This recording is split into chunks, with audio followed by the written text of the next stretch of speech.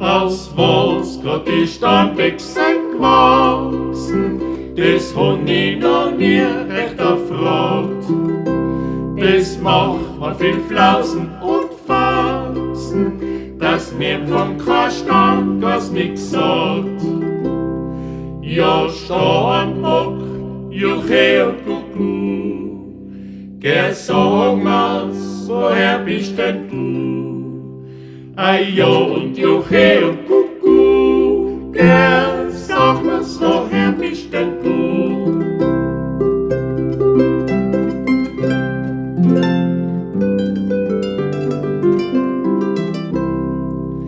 Ja, das hab ich oft und viel gelesen und davon den Leuten da fragt, dass Starnbeck seine Buben sind gewesen, dass keiner kein Weibel hat gehabt. Klagt einer zum anderen Kuckuck, geh sag mal's, woher bist denn du?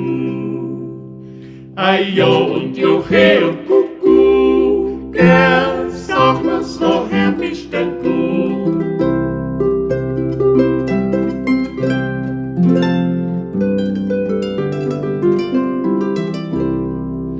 Sie trinken das frischeste Wasser und fressen das gesündeste Gras.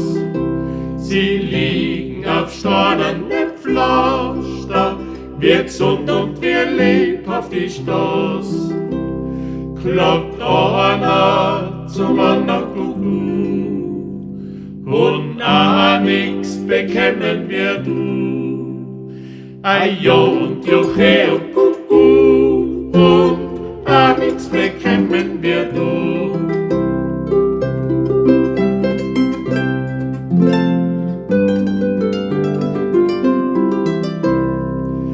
Das Kern von der Starnbeck-Historie ist eine recht köstliche Wahr.